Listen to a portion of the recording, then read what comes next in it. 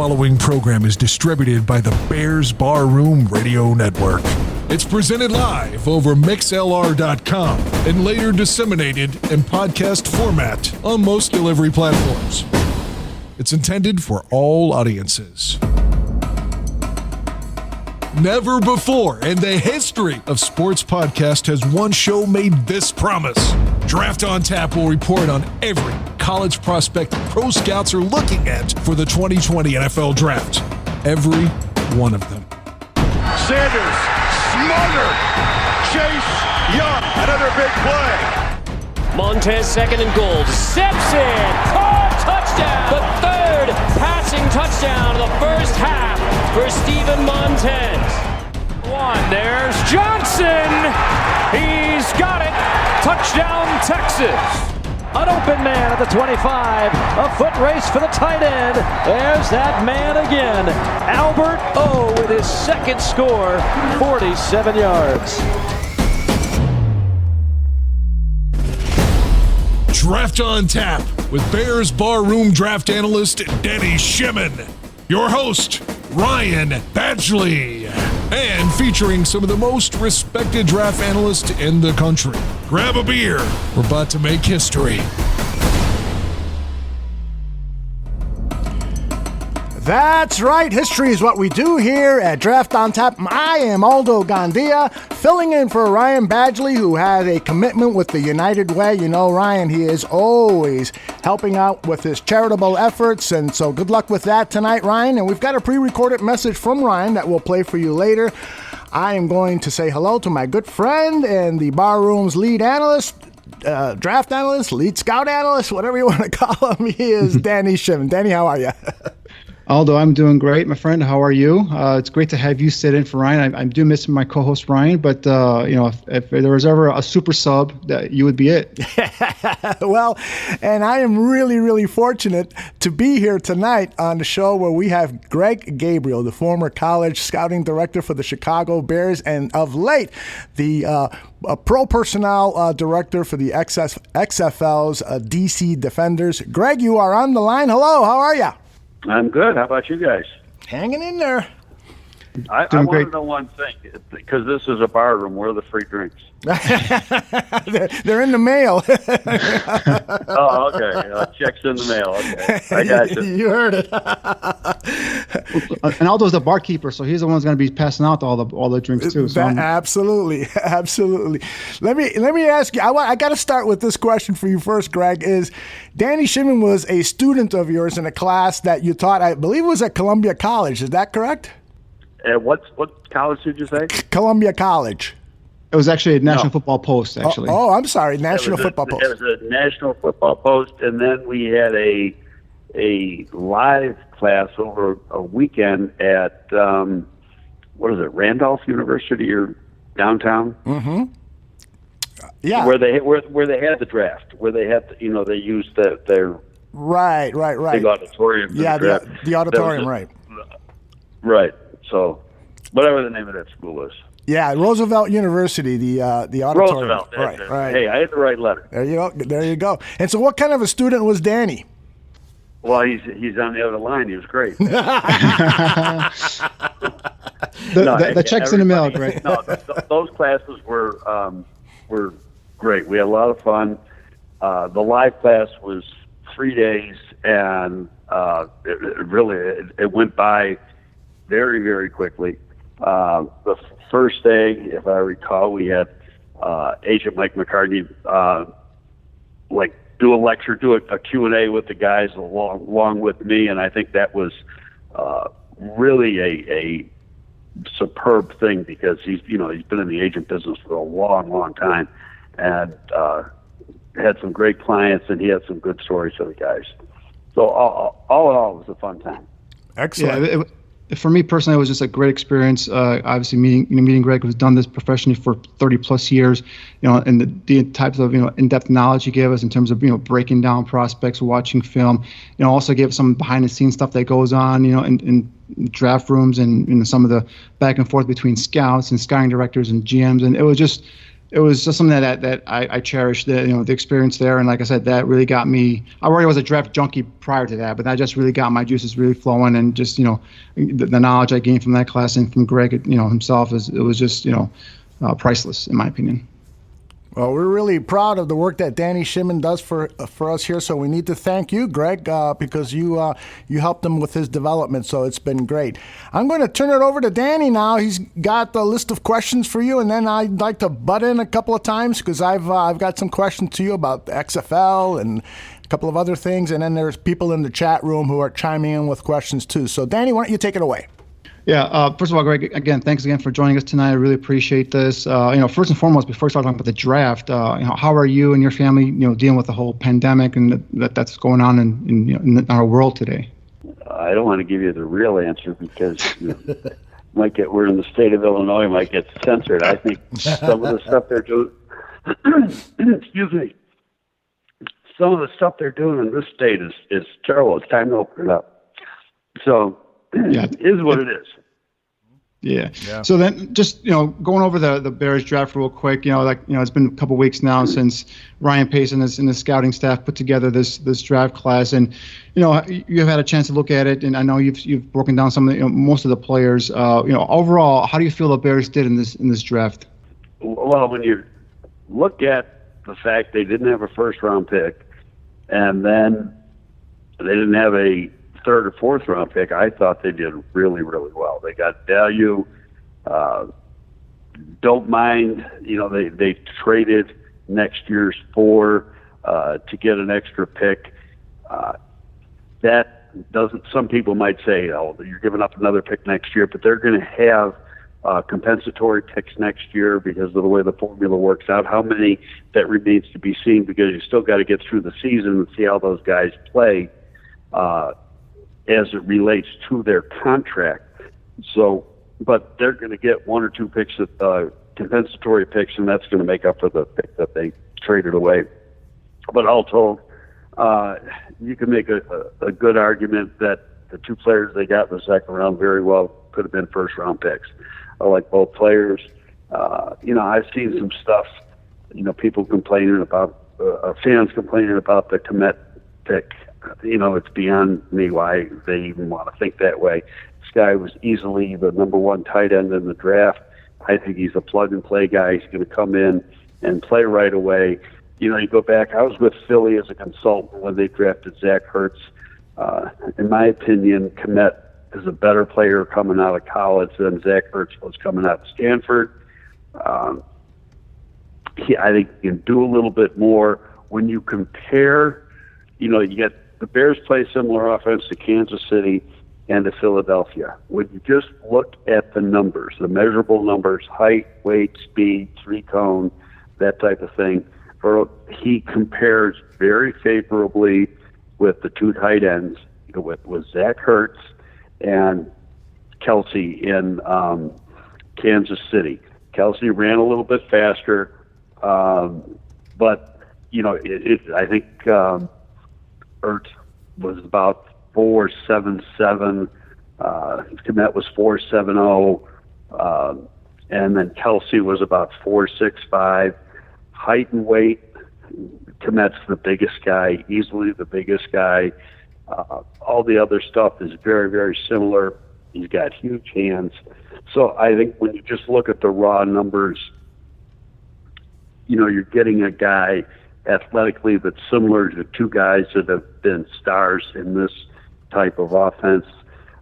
Now it's just a matter of what he does once he gets here, has to learn the playbook and everything else. But what I like about him is that he can play flexed out or play the Y. I personally think they're going to use him as the Y to start out because he can block. Now, there was some inconsistencies with his blocking, but that part doesn't bother me only because you see enough good tape of him as a blocker that you know that he can do it. And that's part of the evaluation process. It's let me see that he can do it. Blocking is a want-to type of thing, and in college, tight ends aren't asked to block like they are at the NFL level. So, as long as you know he can do it, there should be no problem with him doing it here. Now, him being a local kid, that could put a little extra pressure on him, but at the same time could help him play even a little bit harder. Do you feel Kmet will have the biggest impact of all the rookies drafted, or you think there's another player that you think might come in, not necessarily being a Pro Bowl or anything like that, but a guy who'll have a more of an immediate impact, maybe as a starter next season? Now say that again. You're talking Kmet again, right? Well, instead of, it could be Kmet, but my question is, what player drafted would you think might have the biggest impact? Would it be Kmet as a rookie, or would it be maybe Jalen Johnson or one of the other kids could come in, maybe have a bigger impact next season for the Bears? It could be Kmet, and it might be Johnson. You got to figure that Johnson is going to start at, opposite Kyle Fuller at one of the cornerback positions. Obviously, we got to see that happen. He had strong tape at Utah, played hurt all year, and to me, that's a good thing. There's guys that could have a torn labrum like that and sit out because it can be a very painful injury. You can play with it, but it's extremely painful, and you lose some range of motion trying to play with it. He did that. I think some of his numbers might have been down a little bit, but the fact that he went through the rigors of an entire season, didn't miss time, and did it with a fairly significant injury that required surgery at the end of the season, that says a lot about the kid as a player. He's got strong football character. He's important to him, and the team was important to him that he went out and played. But he's a guy that, had he not been hurt, and then his tape probably would have been 10-15% better than it was. Very well could have been a first-round pick as a corner. So one of those two guys will probably be the rookie that has the most impact. I think the next guy, Travis Gibson, will be a role player. He'll take Aaron Lynch's spot. Probably is the third outside linebacker. Might be the fourth linebacker, but he'll get play time. They like to play a rotation and keep those guys fresh. And the fact that he'll be able to learn from Mac and Quinn will help his game. He did play out, there's a lot of talk that he played out of position, played almost like a 5 technique when he was at Tulsa. Was on his feet a little bit, but not nearly as much as you would have liked to see him on his feet. Excuse me. And, I think that he'll be a role player. He'll have some nice games, but I don't think he'll have the impact that those first two guys will have. The next pick, Kendall Vildor, I think he's going to be a guy that's going to make the team. He'll probably be your fourth corner or fifth corner as a rookie. Talented guy. He can play inside or outside. Even though he's not the tallest guy, he's got real long arms, and that makes up for his lack of height. He's just 5'10". Excuse me. But he's got great ball skills, great suddenness. So I think, he'll be a guy that sees some play time, but most of his big plays may end up being on special teams. The other guy, Mooney, the speed receiver, they obviously liked him. He was a guy they targeted, was still available at that point of the draft because he's, very lean, 175-pound guy. He's got to get a little bigger. He might not be able to get a whole lot bigger. Body-wise, he reminds me of two players. We had one, Bernard Berrien, not as tall as Bernard was, and the other's Johnny Knox. Johnny Knox was, a string bean. When we got him, he's about 180 pounds, a little over 5'11", 180 pounds. This guy's 5'10", and 175 pounds, but very, very lean, very thin. So the similar body types. How he holds up remains to be seen, but he's going to be asked to be a role player, as a rookie. So it's not going to be a guy that's going to have to, play 40 or 50 snaps a game. You might see him 10, 15 snaps a game. As far as the last two guys, the two linemen, actually I like the last guy, Simmons, better when you look at the tape. I've seen tape of both.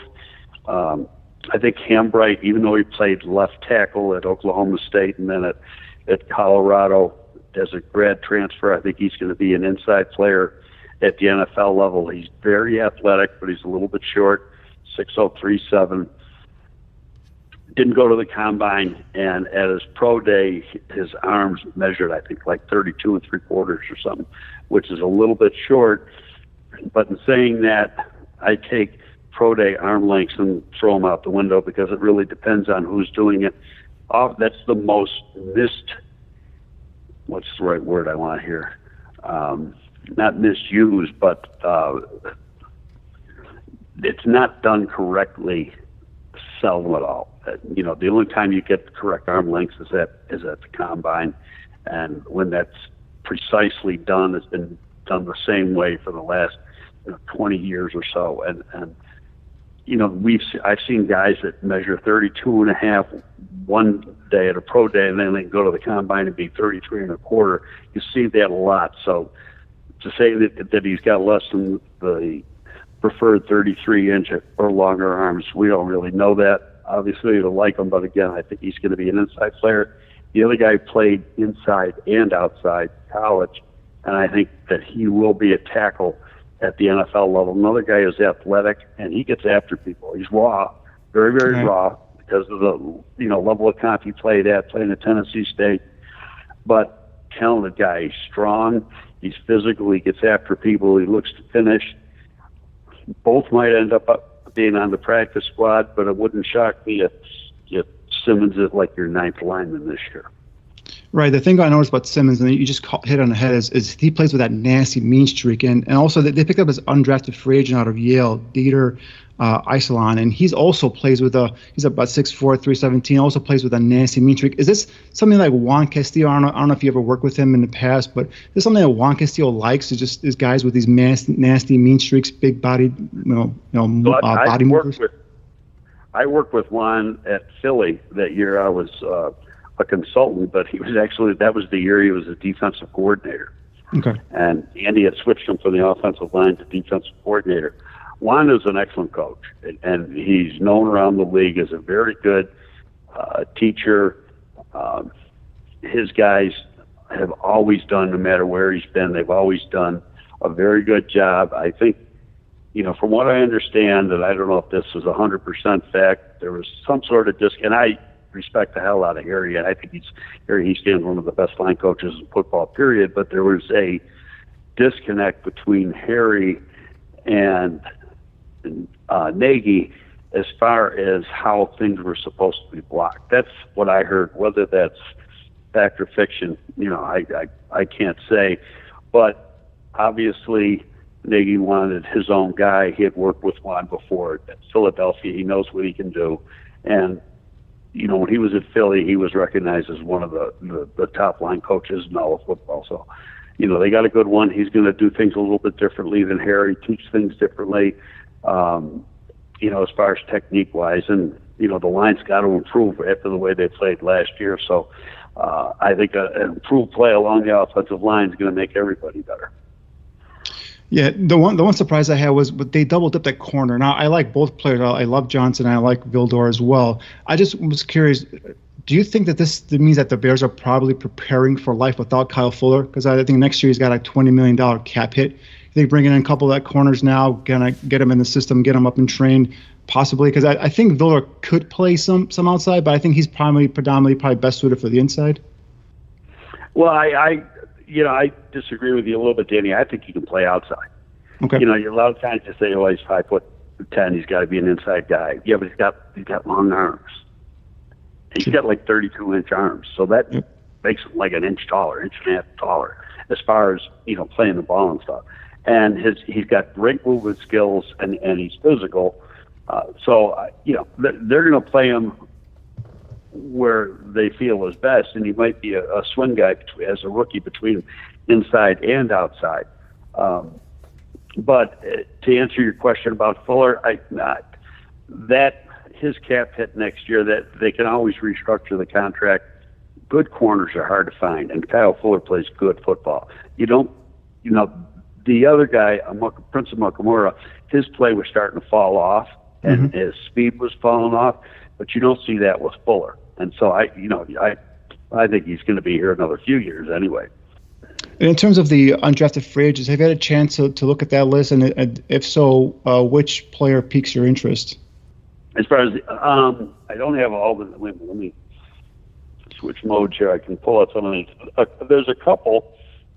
The offensive lineman from LSU Yale. is an interesting guy. Now, he was a guy, when he was coming, he went to a JC before he went to LSU. And when he was coming out of JC, he was rated as, and I don't believe those rating services that do this, but still he was supposedly the number one JC offensive lineman in the country. Mm-hmm. Now, he starts only 5 games in 2 years at LSU, but LSU's been loaded along the offensive line. And even games he didn't start, he got play time. There's some games where he got half the snaps playing as a backup. So, and he's played both left tackle and right tackle. I don't think he can play on the left side at the NFL level. I think he's a right tackle, or you can move inside to guard. But he's big and strong. He's got decent movement. I might not be saying his name right. I think it's Badara Traore. Yeah, it's a hard name. Yeah, you're close. Yep. But he's an interesting guy. Along with the 2 guys we talked about, Hambright and Simmons, and then the running back from Oregon State, Artemis Pierce. I think he's got a chance to be the 4th running back. Very, very explosive. I just haven't seen enough of him run inside and after contact power, and I just haven't seen the plays. Not that I don't think he can do it, but he catches the ball well, and he's got a lot of speed. He's a sub-4.5 guy. Greg, we got some questions from the chat room. I want to start with George Bayless asking the question regarding Jason Spriggs and Jermaine Ifedi, 2 free agent pickups for the Bears during the offseason to help the offensive line. What's your assessment on those 2 players? I'm sure you've probably looked at a lot of tape of those players, particularly with your role with the XFL and potentially seeing them as possible players in that league. Well, they would have had to been out of the NFL for them to be potential players for the XFL. And Ifedi, was pretty much a starter his whole career in Seattle, playing both inside and outside. Last year he played, as far as I saw, the tape I saw, he was always a right tackle. I think he's better off inside. In fact, I looked at my report from the 2016 draft when he was coming out, and I said I thought he was going to be an inside player at the NFL level. He's a big, strong guy. He's got average movement skills, and that suits him better to play inside. He can finish. You don't see a lot. He's a strong guy, but you don't see a lot of snap on contact. He's not a real explosive guy on contact, but interesting guy. I think the battle between him and Coward. Now Coward was always playing outside in the preseason, and I thought he played really well at tackle, and then had to move inside to play guard. When Long got hurt, I don't know if he was ready to play inside. And I think and on top of that, he had hurt his elbow and was playing injured. That was a right arm injury. I think it limited his hand use. So I think, excuse me, going into camp, that'll be a really interesting battle between those 2. See who starts at that right guard position. As far as Spriggs, I think he's just a backup guy. And he's a good backup because he can play left and right tackle, and he can play inside. I don't think he's starter material. I never thought he was like people loved him when he was coming out because he had the great workout. He was a workout warrior, but his tape at Indiana was good, but it wasn't second round good. So, and injuries, cost him a little bit at Green Bay. Never developed into the player they thought he was going to develop into, and so his rookie contract's up. They didn't re-sign him, let him go in free agency. But it'll be interesting. What about Alex Bars, the kid from Notre Dame who played well in the preseason, and he had some snaps at left tackle because of an injury issue, a position I don't think he ever played at Notre Dame. Played well and gave fans a lot of hope. Do you think that he could progress into a guy who could potentially be an NFL starter in 2020 or 2021? Well, it'll be interesting. I don't see him really as a starter. See him more as a quality backup. Excuse me, but I could be way off on that one too, because he missed half the senior season. His junior year at Notre Dame, I thought, was up and down. He was on the ground too much, didn't play with enough strength.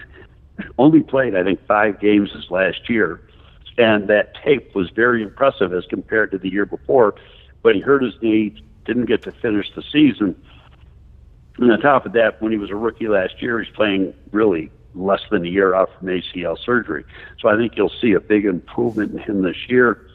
I think he's as good as he played outside in the preseason. I still think he's an inside player, but he's got the length and the athleticism to play outside.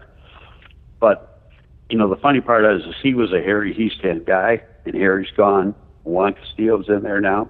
It'll be interesting to see how Juan likes him. Bear Truth 9 asked the question, what do you think is the biggest issue with the offense? Is it Matt Nagy scheming and play calling, or is it Mitch Trubisky and his play? Based on what you have seen out of this combination over the last 2 years, what are your concerns? Well, that one's hard for me to answer, only because I didn't see a whole lot of last year. I was preparing for the XFL season. Mm-hmm. So that, I saw a little bit of their games during the year.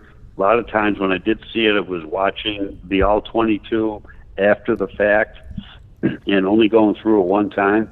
Mm-hmm. So I what was wrong, I can't answer that. I do know, because you'll probably get to Trubisky, I know a year ago, right now, everybody was excited. All right. And thought, the arrow was going up. This guy was going to lead you to the promised land.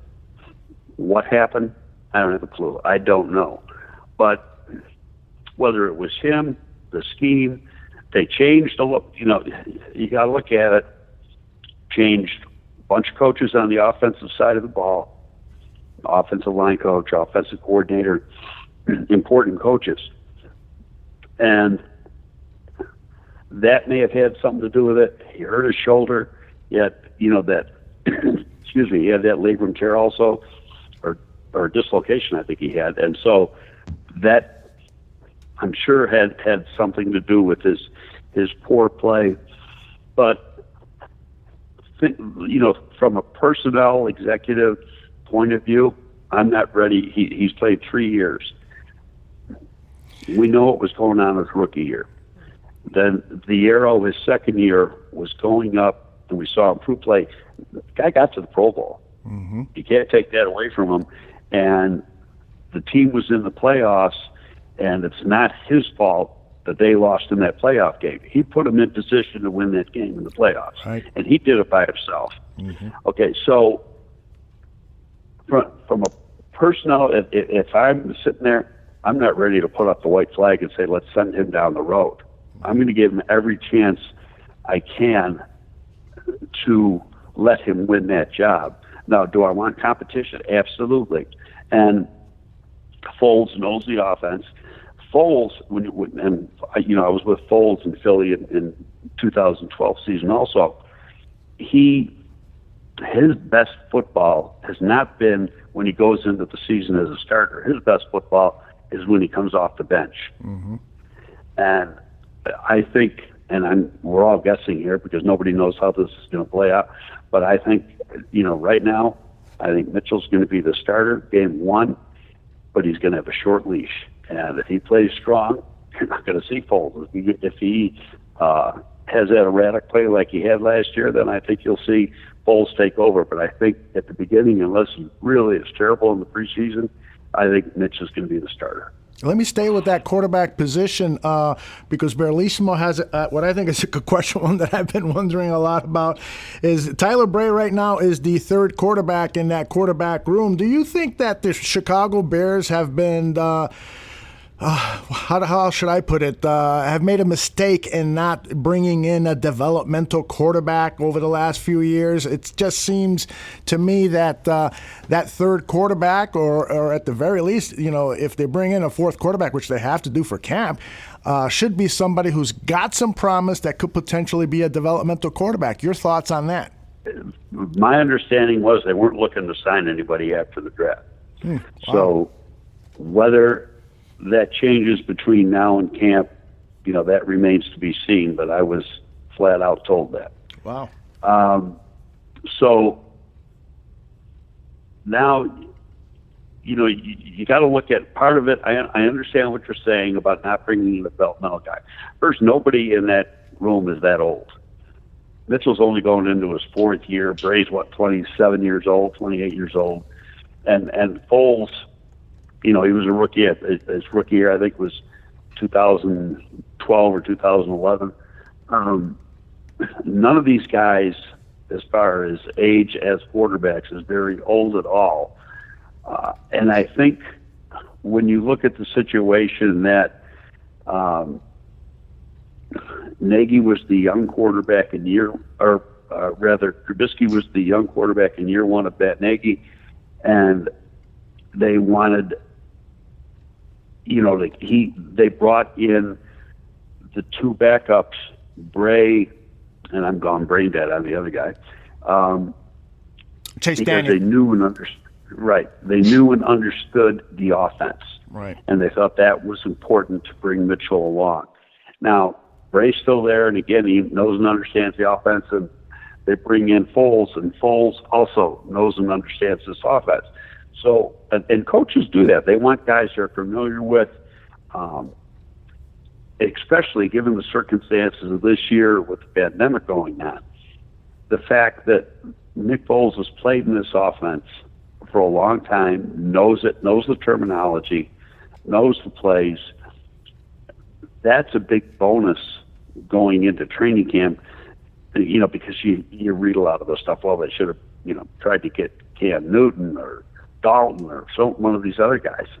That's absurd. The coaches don't think that way. They want familiarity. And nobody, who was available and at what price back in March when they got Foles? We don't know the answer to that. So to say, well, they should have waited and they could have got Dalton for nothing. But did anybody think that he was going to be let go, like he was last week, and then Dallas signed him? So you can't go into an off season, having a guessing game like that. It was an important position. They wanted to get it filled. They filled it with a guy who has won a Super Bowl and has played very well in that particular offense. So I think, given the circumstances, they did absolutely the right thing. Mm-hmm. Before I turn it over to Danny to close off the interview, I just wanted to get your take on your experience with the XFL. You worked with the DC Defenders. You helped build that team. You guys won 3 games, lost 2 games. Every time I saw you guys play, you looked like the class of the league. I thought you guys were on your way to win the first XFL championship. What's your assessment about your experience there? And as an addendum to that question, any player with the DC Defenders who has not signed with an NFL team that you'd like to see invited to an NFL camp? Well, there's probably guys who have signed that just hadn't been announced yet. Oh, okay. So, I think we had a 2-week swing when we were on the road. Games 3 and Games 4, we went out to LA and then down to Tampa, and we played terrible. And part of it was the quarterback play. Cordell was terrible in those games. He had 5 turnovers in the game. I think it was the LA game. He had 5 turnovers. And I think, from the standpoint of what we thought we were getting, was a disappointment. The rest of the team was really, really strong. And actually, our last game was against St. Louis. St. Louis, at the time, was probably, according to the so-called experts, was the second best team of the league, next to Houston.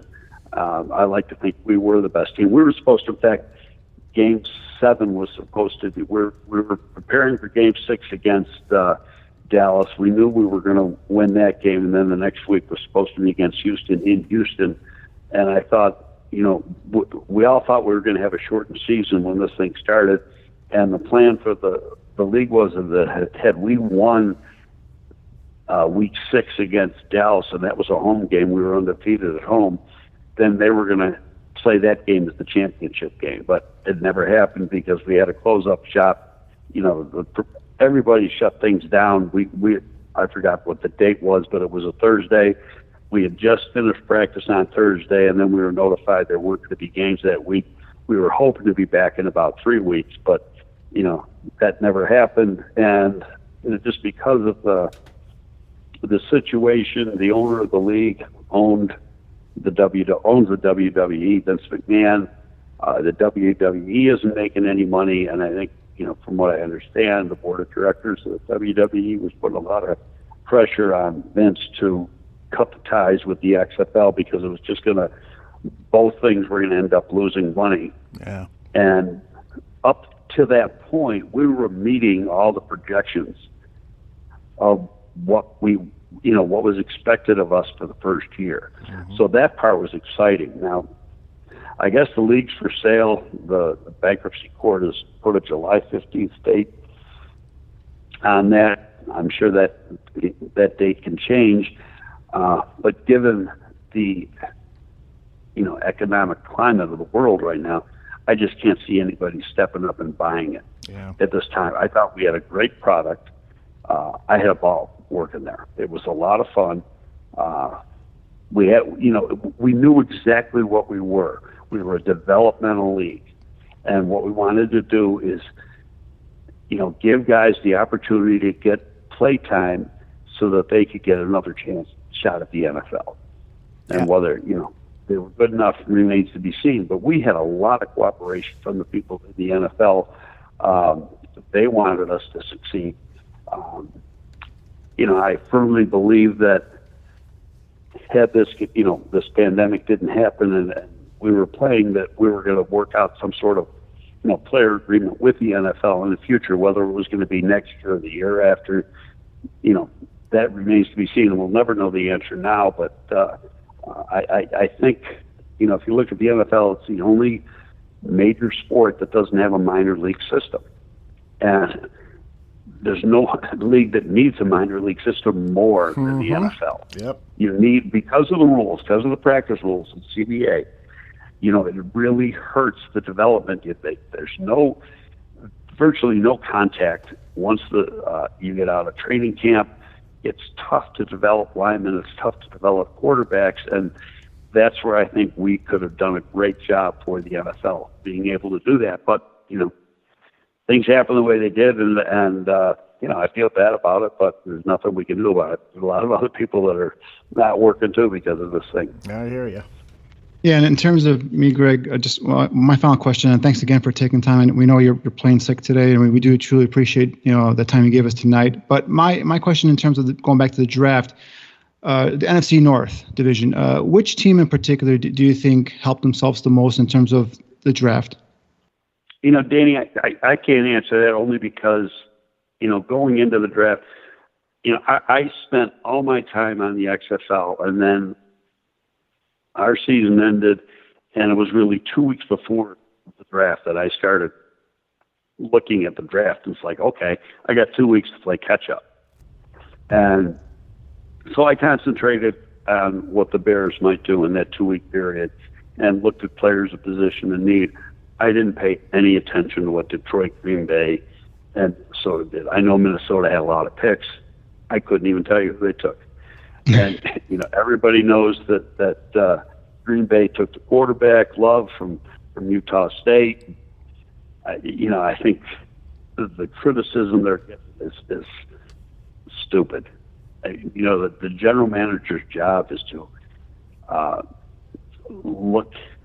protect the franchise for the future. Aaron Rodgers is only going to be there for another couple of years. If you take a guy now and develop him now, they're going to have that continued run of hopefully of good quarterback play. That's what they want to have.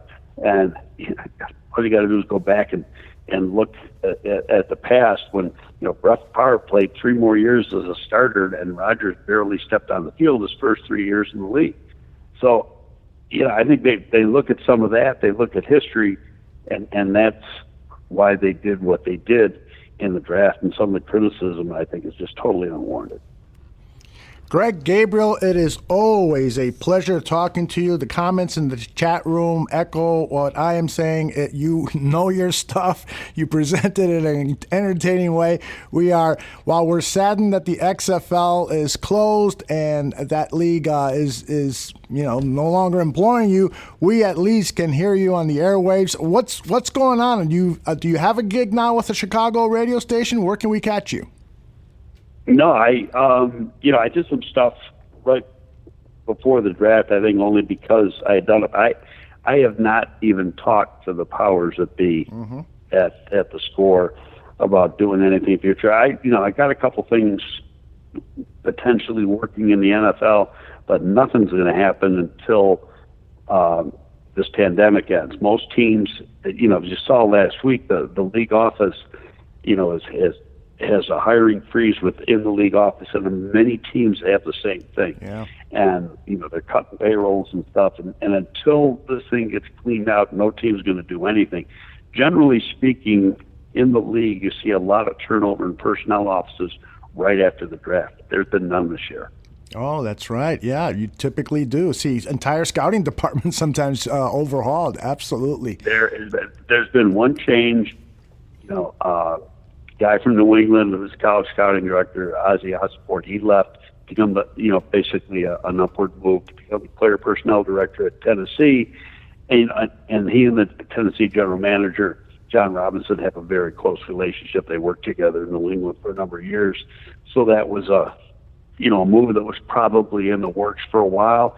But outside of that, there's been no movement at all in the National Football League. So we'll just have to see what happens down the road, but until the league reopens, off-season programs begin, and get into training camp, I don't think anything's going to happen personnel-wise. 30 years of NFL scouting, 9 of them with the Chicago Bears. Greg Gabriel, you can find him on Twitter at GregGabe. Greg Gabriel, thank you very much for joining us. Thanks, guys, for having me. I appreciate it. Thank you, Greg. Appreciate it. Wow, good stuff. Good stuff. Awesome. Man, oh man, awesome. It is. I could talk to him for hours. To be honest with you. Yeah, it's you talk about wanting to sit down and have a beer, a meal with somebody, and just talk football and stuff. He's on my list. We're gonna pick 4 guys to go out and have a couple of beers and some drink and a meal, a sandwich. I want Greg Gabriel on that list because he tells it like it is. He is not afraid, and he has been in the trenches. He knows his stuff. And I just really, really enjoy spending time with him. We're very, very fortunate. Great get, Danny. Great get. Yeah. Again, like I said, the classes and I had with Greg, besides helping us break down players and what to look for and what to not look for each position group, whether it's offensive line, defensive line, corner, receiver, quarterback, whatever. It's the stories, like you just said right now. The stories, the back channel stuff he gave us, the inside the draft room stuff that you just don't get. Just it's stuff that's just priceless. It's just knowing how things operate, how things work, and it's just like I said, he's great. Like I say, he's my mentor. He's a guy that got me into the scouting thing and taught me how to break down tape and how to break down prospects and write out scouting reports. So. It's always an honor to talk to Greg Gabriel. Absolutely. All right, now we're going to move into a section where we're going to talk about a couple of undrafted free agents that the Bears signed. One of them was a recent guest on Bears 100 Proof, and that's the offensive lineman from Yale, Dieter Eiselen. And Danny, I apologize. I had audio queued up of Dieter Eiselen talking about talking about playing with the Bears, but it's not working for me. So I apologize for that. But what did you want to share about Dieter? And then the other player we'll be talking about is Trevon McSwain from Duke. Yeah, in terms of Dieter, I mean, the one thing that when you look at him, obviously that the size is 6'4", 317 pounds. But what really jumps out, at least for me, is that nastiness that he plays with. This guy is a guy that looks to bury defenders, and personally, that's something I love to see in my offensive lineman. He's got solid play strength. This is the guy that can generate movement up front. He can help reestablish that line of scrimmage. He's a guy that's got strong hands, so he's got a strong grip, and he does a good job of utilizing that grip along with his play strength to be able to torque and turn defensive linemen, latching onto his blocks, and be able to create some of that, seam that crease for a running back to sneak through, past the line of scrimmage and into the next level. The thing about him is he likes to, run his feet on contact. He likes to, pin down a defender, but not only pin down a defender, he likes to eliminate and wash him out of the play entirely. So, again, talking about this guy that likes to, finish off his blocks, plays with a nasty demeanor, he's got that. In terms of, pass protection, he's got solid bend and good balance in his pass sets. Not really an athletic kid, so you can see him struggling a little bit when he's asked to go side to side, move laterally. But again, getting back into his pass set, he plays a nice knee bend and good balance. Again, sticking to pass protection, he's a hand technician. What I mean by that is this guy that will shoot his hands to keep the defensive lineman off his chest plate. And if by chance the defensive lineman is able to swipe through and get his hands off, he does a nice job of resetting his hands and making sure he maintains that leverage over a defender. Also in pass protection, he plays, for me, with a lot of, with good alert and awareness in pass pro. What I mean by that is this is a guy that won't just stand there if he's got nobody on block. He won't just stand there looking around. He'll look to see who needs help, whether it's his left tackle, his center, his guard. He'll go and he'll help him. When he helps, and this guy, he, like I said, he arrives with just mean intentions. Sticking to that aspect in terms of working well with the center and guard, does a nice job on stunts and loops when those defensive linemen are running games at him. If an end is going to loop around and come at him, does a nice job of picking up the guy, first of all, recognizing it, maintaining his stance, and then also, building that little wall in front of the quarterback so the quarterback feels confident if he needs to step up in the pocket. So, really, I hadn't really done much research on him up until the fact that I heard the Bears had signed him, went ahead and dug into some tapes, and like I said, I was really impressed. Again, athletically, he's limited, so that might be something that's going to hold him back. Doesn't have the ideal arm length you're looking for, but again, he's going to be pushed inside probably in a guard. So, I think he's got 32.5-inch arms, so that should be sufficient enough. And, if anything, worst case scenario, if he doesn't ever develops into a starter, he's going to be a quality, solid backup. I think, he's got that type of temperament, that type of character. I believe that, you guys talked to him. You guys saw this guy loves football, and he's a guy that I think has a chance to really, if worst case scenario, make the practice squad or probably develop into a real good, solid backup. Yeah, one of the things that we talked about with him is, what kind of qualities does he think he possesses that are the best? And, he talked about how his teammates look to him for leadership and not always with vocalizing things from a leadership perspective, but just with what he does. He leads by example. He works hard in the weight room, he works hard in the film room, and he works hard out on the football field. And so you can't have enough of those guys. You can't have enough of those guys, and those guys typically play above what you would expect an athlete like that play, because they've just got the mentality to win at all costs. He's the type of guy that says, while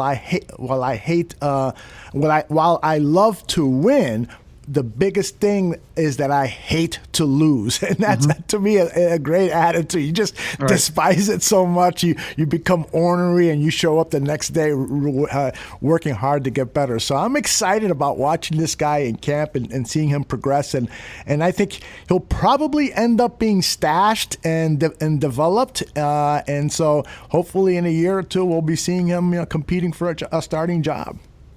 Yeah, like I said, I think he's got that type of temperament. Like you just kind of expand on there in terms of how he wants to go out there, how he wants to in terms of his football character, how much he loves to be able to go out and compete and win. But again, he's got to be like the nastiest Ivy Leaguer I've ever scouted on tape. I mean, in terms of just the sheer, I'm not expected to see that type of demeanor and temperament, scouting an Ivy League player. But like I said, when I put his tape on, I saw that the way he plays the game, the all-out hustle, blocking through the whistle. It's just something like, those are the kind of guys I like having, especially on my offensive line. Yeah, exactly. Let's turn our attention to Trevon McSwain from Duke.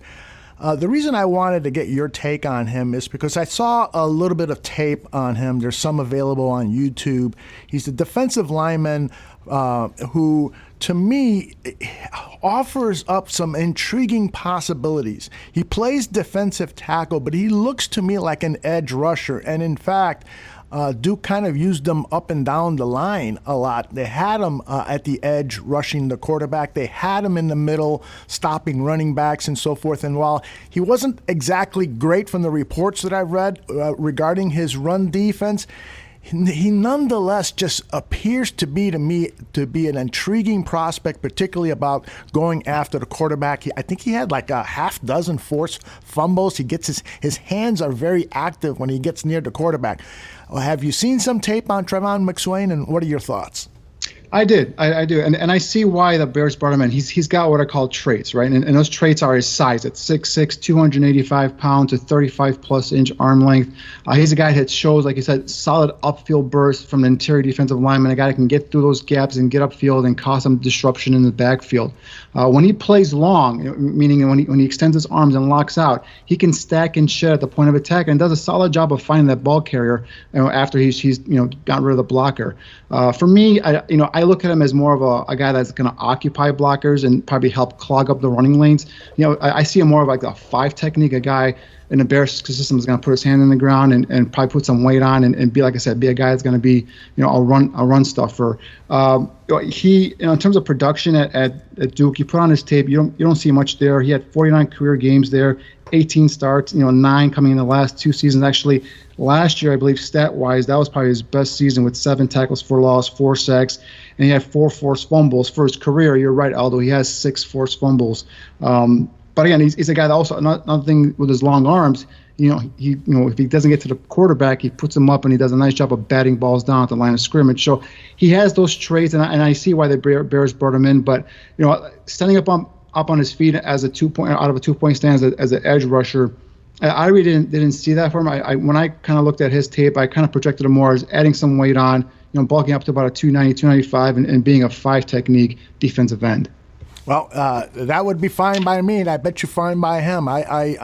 That's another guy that I'm going to be keeping a close eye during the preseason. And one of the scouting reports, I subscribe to The Athletic, and Dane Brugler, who I've been dying to try to get onto the show with you because I think you guys would talk for a good hour about scouting prospects. But his profile on McSwain was that he has, just like you said, he's got the physical traits to play in the game, but I'm trying to remember exactly what he said, but the big negative on him is that he plays with his pads up high a lot, and that leads to poor technique. Talk to me a little bit about what are the hazards of a defensive lineman when he's got his pads up too high.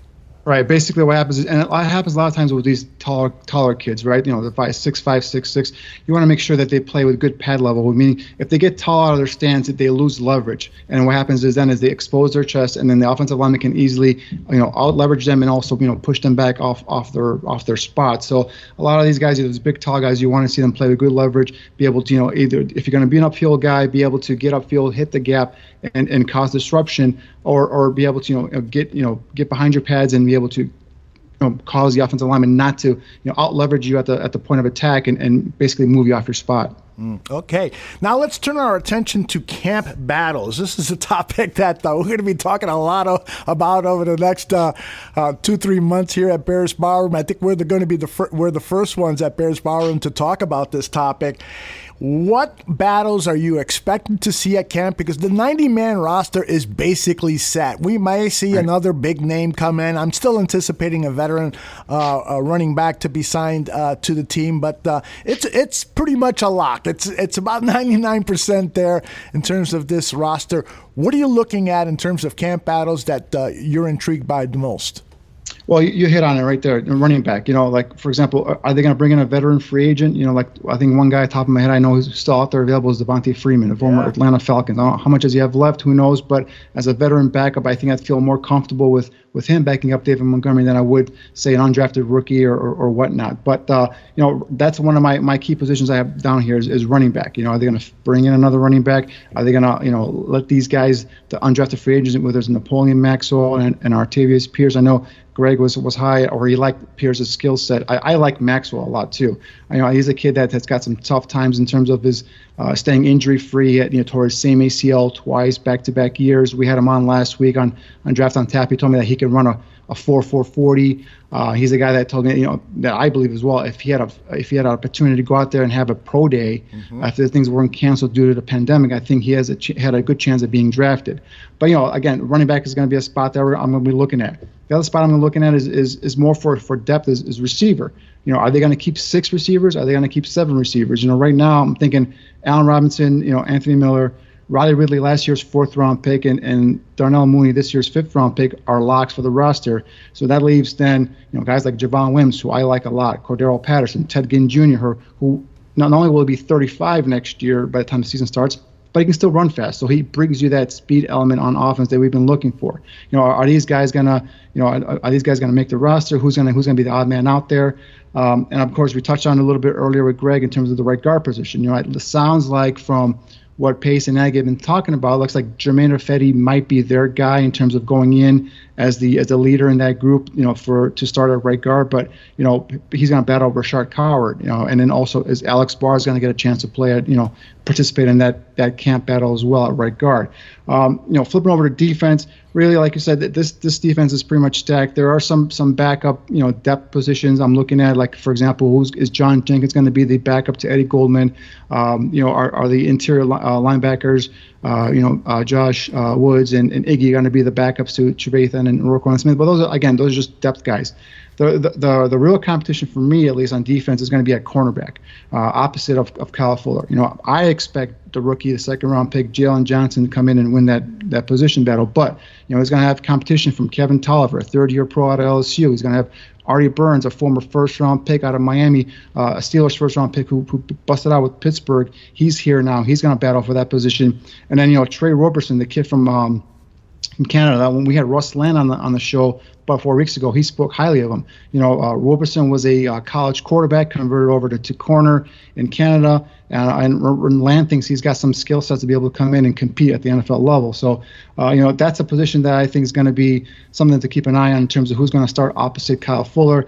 And a sneaky position, and I'm curious to see what you think, Aldo, and what if the people in the chat think is. I think nickel cornerback it should be something that Buster Skrine should face some competition for snaps. I know, his contract might prohibit them from getting rid of him. I'm not sure what the cap hit is off the top of my head. However, I think guys like Duke Shelley, even Kindle Wilder, the 5th-round pick from this year, I think those are guys that can come in and possibly, play compete with Buster Skrine for some snaps at nickel corner. A lot of people think he had a good year last year. I'm not saying he had a horrible year. For me, at the top of the routes, he gave up way too much cushion and, too much separation. And there are some key 3rd downs that, his guy got open. Now, again, I'm not saying he had a horrible year. I like to see better from him, and I expected better from him. So I think that might be a position where there might be some competition there. Again, the guys behind him right now don't really have that much experience in terms of NFL experience. So we'll see how that turns out. But that's a spot that I'm keeping my eye on heading into training camp. Yeah, Chubbs in the chat room is predicting that it will be Kindle Vildor starting at that slot cornerback position, and that position maybe more so than, and I reluctantly say this, cautiously say it, that slot corner position may be the position that has changed the most in the NFL over the last 5 years. Because we're seeing more and more offenses put their best wide receiver in the slot. They're putting big wide receivers. Traditionally that nickel cornerback was a smaller guy and, needed to have all that great lateral quickness and so forth. But now with offensive coordinators adjusting to what defenses have done, you're starting to see those big old wide receivers, and they have to be really, really smart.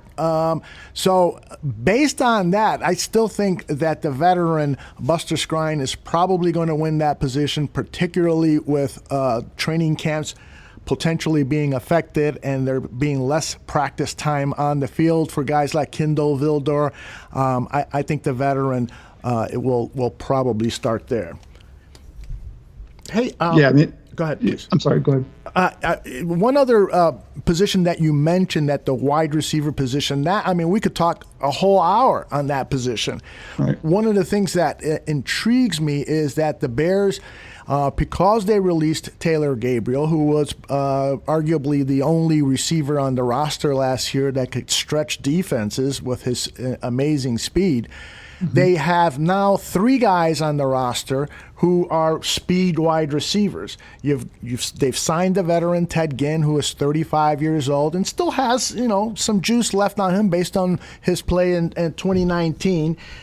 They drafted Darnell Mooney, speedster out of Tulane, is it? Yep. And then the third guy is I'm forgetting his name. They're by Trevor Davis. Yes, Trevor Davis, the former Green Bay Packer, who, I saw him. I've seen him play a number of games up in Green Bay. Actually went up there for a preseason game that he played really well. He's got special teams talent.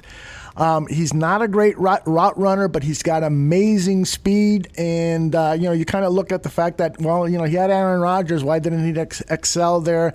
And then they end up dropping him after 2 or 3 seasons.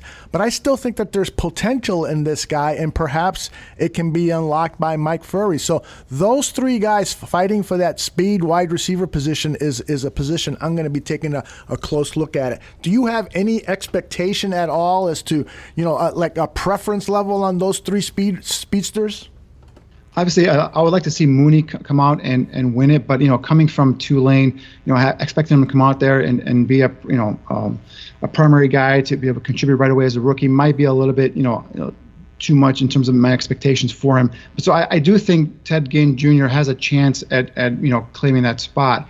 Again, we talked about he's going to be 35 time the season starts, but he still has that 4.4, low 4.4 speed. So he's a guy that he's going to fill that need that you're looking for. A guy's going to get down vertically, be able to stretch the field and have those defenders look and try and be worried about where he's at. And that's the thing that I think we all of us talked about going into the draft. That was one area in which on offense the Bears needed to get more speed, and that was receiver. So I like the fact that they brought in some of these guys that got the speed element and that they're going to add that element to the offense. So I hope, like I said, I hope Mooney takes it, but that might be a bit too high for him in terms of expectations. I do think Ted Ginn Jr., if I had to pick, it's because he's a veteran. He's done it before, and he still has that juice to be able to get downfield quickly. Excellent. Yeah, that's going to be a really intriguing battle. I think there's you got the veteran guy who has the experience, and he probably is the front runner because this is a win now year, and so if and particularly with the health situation that's going on now. Raul Ramey in the chat room says it's time to start getting some young guys on the roster, but I do think that that might be more delayed into next year because they're in win now mentality. This administration, Ryan Pace, they got to get back into the playoffs and show Virginia that they can win a Super Bowl, or she's going to get really really angry and chop some heads off. Everybody says that this is a year, make or break year for Nagy and Pace. And, I know there's pressure on them. I don't think they're at any, and I'm curious what your thoughts are. I don't think they're in any jeopardy of losing their job if, say, for example, they go 6-10. Do you think Nagy's in jeopardy of losing his job? I think it depends on the quality of those losses. It is if they are losing games and looking inept. With those losses, then yes, Nagy would be in danger of losing that game. But I don't suspect that's going to happen. I think that this team has a defense that's going to keep every game close, and it's just a matter of the offense executing, and could be the difference between winning 6 games or winning 12 games. And we're going to talk about the schedule coming up and get some indication on your thoughts on what potentially the record will be. We'll do that after this next segment, where we're going to talk about I've been dying to talk about this. An early look, and we're going to do this very, very high level, an early look of some of the top draft prospects for the upcoming draft, the 2021 draft. Yeah, things not even dry on the 2020 draft, and I'm already looking forward to next year's 2021 draft. So that's me. That's how I am. I just got to look forward and kind of keep going here. And yeah, I mean, I've already gone through, kind of made my top 100 list. Eventually, this list is going to grow to approximately about 300 to 350 players. And typically, how I do is I break my list, and then I break it down into seniors and then underclassmen. I just start scouting the seniors tape first, and then I move on to the underclassmen. But just kind of putting together a list here for guys that I look at and breaking them down by position in terms of strengths or areas in which the draft could be strong next year. Like again, we're gonna probably have a couple quarterbacks at the top of that draft board. Trevor Lawrence, a kid who was 2 years ago as a freshman was by many being called as the top overall pick in the 2021 draft. So he's a guy, the Clemson quarterback, 6'5", 215 pounds, looks the part, has a strong arm, is athletic enough to be able to move around in the pocket. There's some questions in terms of his processing down the field and all that stuff, but that's going to be something that we're going to look into this season, see how he progresses there. There's a kid that is moving up, and don't be shocked if this kid battles or pushes Lawrence for the top overall spot, and that's Justin Fields from Ohio State. Highly recruited kid out of high school, went to Georgia, lost out to Jake Fromm, and ended up transferring to Ohio State last year. Had a monster season, put up over 3,200 yards, 41 touchdowns, 3 interceptions. 6'2", 220 pounds, is athletic, is a dual threat, had 484 rushing yards, 10 rushing touchdowns. So again, this is a kid with the new age of offenses, with the new age quarterbacks, if you will, that the NFL is ushering in. He fits right in there, and I think Justin Fields last year showed me the ability to be able to get the ball downfield, to read coverages, throw receivers open, show nice touch. And I'm talking about being able to feather it between the second and third levels of the defense, throwing a nice deep ball. So, Justin Fields last year in his first real full season as a starter really impressed me and caught a lot of the scouts' attention. I think he's a guy that's going to be right up there with Trevor Lawrence in terms of, battling out for the top spot. And in terms of other players, there's a kid Trey Lance from North Dakota State, another guy who's a dual threat quarterback. Noticing a trend here, Aldo? Dual threat quarterbacks is what everybody wants. 6'2", 220. This kid last year was his first year as a starter. Threw for over 2,700 yards, 28 touchdowns, no interceptions. But he ran for over 1,100 yards and 14 touchdowns. So this is a kid that has a lot of scouts' attention. So we'll see how he progresses this year. We got Sam Ehlinger as a guy that I liked a lot last year coming out. I thought he might come out last as a junior, but he went back for a senior. Scouts for some reason are not as high as I am. But I think that might be just more so size. They're not sure how tall he is. He's listed at 6'3", but I think he's more in the 6'1.5" range. And arm strength isn't elite like the other guys here that we already mentioned. So, and there's one other guy, although I think I want to bring him up just for your purposes because you're the one who turned me on to him last year, Jamie Newman. Yeah. From Wake Forest. Actually, he transferred to Georgia. Right. He's going to be in competition to take over for Jake Fromm at Georgia. So we'll see how he transitions there. Another guy, 6'3", 225, big, strong quarterback. Another guy who presents a dual threat option, using his feet to be able to, puts as a threat to the defense as well. So, the quarterbacks are right there. I think the receiver class next year, I think we had 6 or 7 first-round picks in this past draft. We could probably get 6 or 7, possibly even more receivers in next year's first round as well. I mean, we got guys like Jamar Chase, Rashard Bateman, Justin Ross, just to name a few. I got 20 guys already out of my top 100, 20 receivers that have really good high ceiling potential here. So I think the receiving group is going to be another position group that's going to be highly rated coming into next season's draft. So those are some of the names that I'm looking into right now. And again, as we break this list down into, or grow it, I should say, into between 3 to 350, I'll start breaking down the seniors, and I'll start breaking down then the underclassmen. And of course, we'll bring all of this to you guys next season's Draft on Tap. Yeah, well, and I got a couple of comments regarding some of the names that you mentioned regarding Sam Ehlinger. I saw this recently, I think it was about 3 or 4 days ago, that he is number 1, 2, 3, 4, 5 on odds to win the Heisman Trophy in 2020. So he is getting some love. Just above him, and I'm not a big gambling guy, despite the fact that I do the Mike North advantage. But he's at plus 1,800, and third is Jamie Newman at plus 1,000. So I think that means that if you bet $100, you win $1,000 back, and with Ehlinger, you bet $100, you get $1,800 back. The odds-on favorite to win the Heisman is Justin Fields. He's at plus 350. So put $100 down, you get $350 back, and then that's followed by Trevor Lawrence. So Ehlinger is getting some love. People are keeping an eye on him for the Heisman race.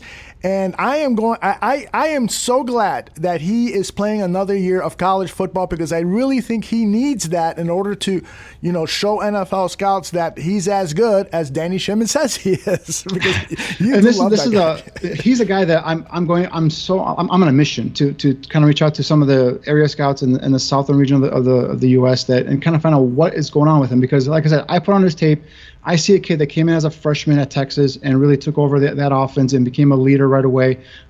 He survived the coaching change and ended up putting similar or even not better numbers through the new coaching regime. Last year people say he had a down year. I disagree. He threw for over 3,600 yards. He had his highest completion percentage in his collegiate career at 65.2%, 32 touchdowns and 10 interceptions. Interceptions might be a little bit high, but I think his team had a down year, and I think maybe that might be correlated to him. But I think he had a solid season. So, but again, coming back for another year, another year of tape, another chance to show everybody that the type of player he is. So, like I said, I was a big fan of his last year, other than an injury, God forbid, I think he's going to be one of the top quarterbacks talked about this upcoming class. Excellent. And we'll be watching a lot of those games and get an indication as to how he progressed. Hey, one other topic regarding prospects for next year. I'm old school. When I first really started to study football, Jim Finks was the general manager of the Chicago Bears, and he helped put together the foundation for the 85 Bears. And one of the things he always talked about is that you build your football team at the line of scrimmage, offensive line and defensive line. So I took a quick look at some of the top prospects at the offensive line for 2020, and in particular that left tackle position, because we are all concerned about Charles Leno. Charles Leno had a really good 2018 season, and then he regressed in 2019. So is he going to continue to regress, or will he just continue to be mediocre and so forth? Whatever the case, we need a reliable left tackle. 3 names that I have for you. Walker Little, the tackle out of Stanford. He's 6'7", 315 pounds. He had an injury last year, but a lot of people are looking at him as potentially being the top left tackle coming out in next year's draft. What do you know about him so far? Yeah, he was a guy that was one of the top highly rated left tackles coming out in this year's draft. But like you said, I think it was a torn ACL. Yeah. Ended up, shelving his season. I think that might have been after the opener, the season opener versus Northwestern's, where he got hurt and he was out for the rest of the year. But believe it or not, the top offensive lineman coming into the season is Penei Sewell from Oregon, 6'6", 330 pounds. He's the top left tackle. Samuel Cosme from Texas is another top left tackle candidate out there. Walker Little's up there, and Alaric Jackson from Iowa. He's a guy that also has dealt with some injuries. He's the reason why Tristan Wirfs was playing left tackle for Iowa last season, and then when Jackson came back this season, he switched back to right side. Of course, Wirfs was a first-round pick of the and I'm drawing a blank who took him, but the Buccaneers. Tom Brady's Buccaneers took him. So, but that's another guy. Alaric Jackson from Iowa is a left tackle candidate. Alex Leatherwood, the kid from Alabama, was just going to add that name. And then Northwestern has a kid that has on my list here is Rashawn Slater, another left tackle prospect as well. So, and then Jalen Mayfield from Michigan as well is a tackle prospect too. So there's a ton of potential here in terms of offensive linemen coming out next season draft. And I'm curious if that had anything at all to do with some of the reasoning behind the Bears bypassing that position up until the last round of the draft, because like going back to real quick on Cole Kmet, I don't hate the pick. I think he was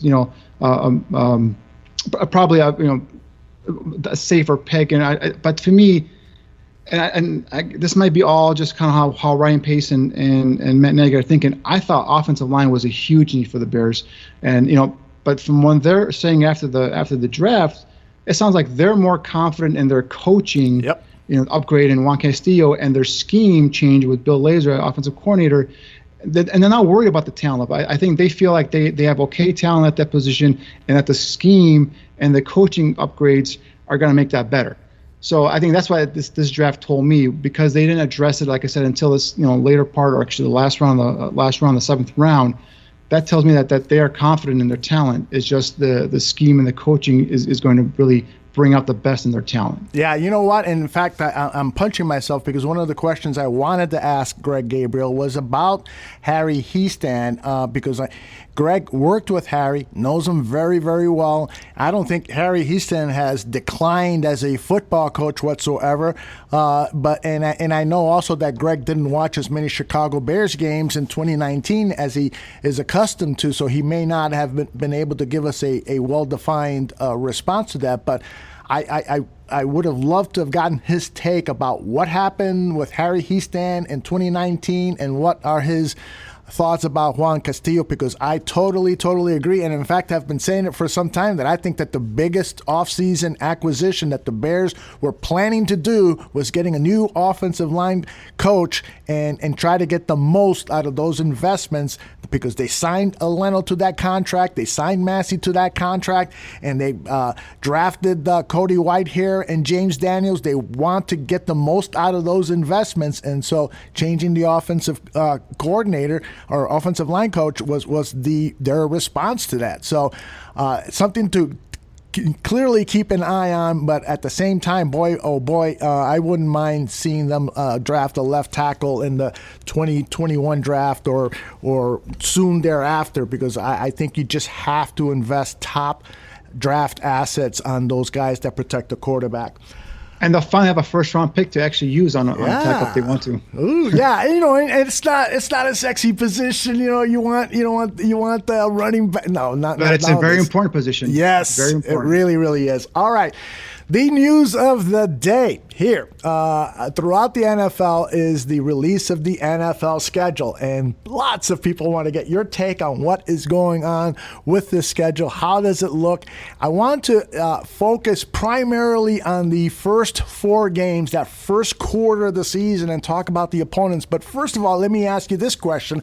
Overall, the schedule release, you've looked at it, you've had a chance to study it a little bit. What are your thoughts about this schedule? Is it favorable for the Chicago Bears, or are there some danger spots that have you concerned? Well, first of all, look for me, and I've told you this before, like looking at the schedule and predicting wins and losses is futile at this point, because you don't know what's going to happen in terms of momentum, injuries, so on and so forth. But because I know everyone does this, I looked at the schedule, fresh off the presses right here in my hand, and the first quarter, if I had to guess, I'm going 2-2, right? I'm going at Detroit. I figure that's going to be a win, and I figured the Giants coming in here, Soldier Field, with the new coaching staff, that should be a victory. Going down to Atlanta might be a little bit tricky for the Bears in terms of getting a victory there. So I got that as a loss. But then the Colts here, the Colts are a team that I'm not sold on, but I also don't hate either. I think Phillip Rivers, everyone says that's an upgraded quarterback. But is the Phillip Rivers from last year just a mirage, an illusion, in terms of his inconsistencies, in terms of throwing the interceptions, or is it the start of his downfall? So that's the key there with the Colts. But in terms of defensively, I think they're a solid team, and offensively, I think it all resides on Phillip Rivers and how he has his first season, possibly his only season with the Colts. So I wasn't sure there, so I kind of gave him a loss. But I have them going 2-2 in the first 4, but I could see them going 3-1. All right, let me share some thoughts there, because I think, again, that is the most critical part of the schedule for me. You want your team to get off to a 4-0 start for that first quarter of the season, or at the very least a 3-1. They start on the road against the Detroit Lions team that I think is ripe for the taking on the road early on. Matt Patricia is in trouble. That team has had some issues with how they're building their squad and so forth. The Bears beat them twice last season. That is a team that they've proven they can punch in the face.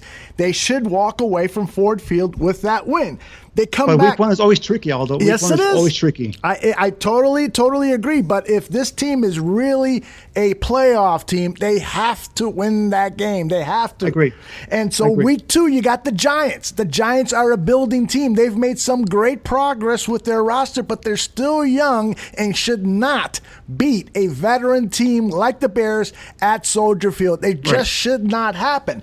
Then things get a little trickier because you go down to Atlanta, you face a Matt Ryan-led team, but that team doesn't have quite as good a roster as the Chicago Bears. And so while I can't guarantee a win on the road in Atlanta, it should be a close game, and hopefully the defense stifles that Falcons offense and they come away with a win. Then you got the Colts at Soldier Field. Again, if this is really a playoff team, you got to win that game, and so you should be 3-1 or 4-0 in that first quarter of the season. That's the way I see it. And if it doesn't work out that way, if they start out at 2-2 like you say, or even worse than that, then oh my God, it's gonna be a long season. But the thing is, like, so I can see 3-1. I can see them beating the Colts. That was my one. I was like hedging. I'm like, I'm not sure if I put this down as a victory or not. But again, if you think about it, the more I think about it, I should say, the Colts are an indoor team built on. The team plays most of their games, or all their home games, inside of a dome. So, outside, even though October 4th should still be nice in terms of the weather.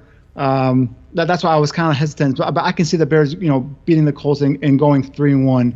Start off the season. But I think Atlanta's going to be a tough team because they made some improvements in terms of their defense as well. So, and that's a must win for Dan Quinn and his staff as well. So they're going to go in there guns a-blazing, I think. And I'm not sure if that's Atlanta's home opener or not. Probably not. But no, it's I think not. they're always tough down there. Yeah, they're always tough there in the dome there. So that's why I had them at a loss with Atlanta. But I was on the fence with the Colts, but I could see them beating the Colts and going 3-1. Yeah. So you've convinced me, Aldo.